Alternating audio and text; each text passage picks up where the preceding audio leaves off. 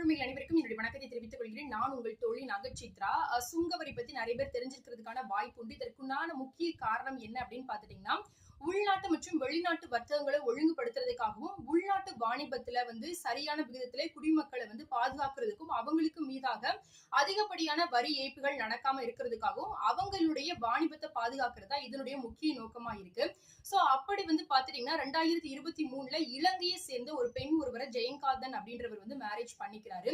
அவர் அந்த பெண்ணை மனமுடித்து கூட்டிட்டு வரும் பொழுது அவருடைய தாலிக்கொடி மற்றும் அவருடைய வளையல்கள் வெயிட் ஜாஸ்தியா இருக்கு அப்படின்னு சொல்லிட்டு ஏர்போர்ட்ல சுங்கவரி துறையினரால அந்த ஒரு நகைகள் பறிமுதல் செய்யப்படுது. சோ இதை எதிர்த்து ஜெயகாந்தன் என்ன பண்றாரு அப்படின்னா ஹைகோர்ட்ல கேஸ் ஃபைல் பண்றாரு. அதுல ஜட்ஜ்மெண்ட் வரும்போது என்ன சொல்லப்படுது அப்படின்னா, பயணிகள் அணிந்திருக்கக்கூடிய நகைகளுக்கு இந்த ஒரு சட்டத்தின் கீழாக விலக்கு அளிக்கப்பட்டிருக்க காரணத்தினால சட்டத்தை மீறி நடந்துகிட்ட அந்த ஒரு காவல்துறை அதிகாரியின் மீதாக நடவடிக்கை எடுக்கப்படணும் அப்படின்ற மாதிரி ஜட்ஜ்மெண்ட் வந்திருக்கு. சோ ஜுவல்ஸ் போடுறது ரொம்ப பிடிச்ச உங்க ஃப்ரெண்டுக்கு இந்த ஒரு வீடியோ மறக்காம ஷேர் பண்ணுங்க.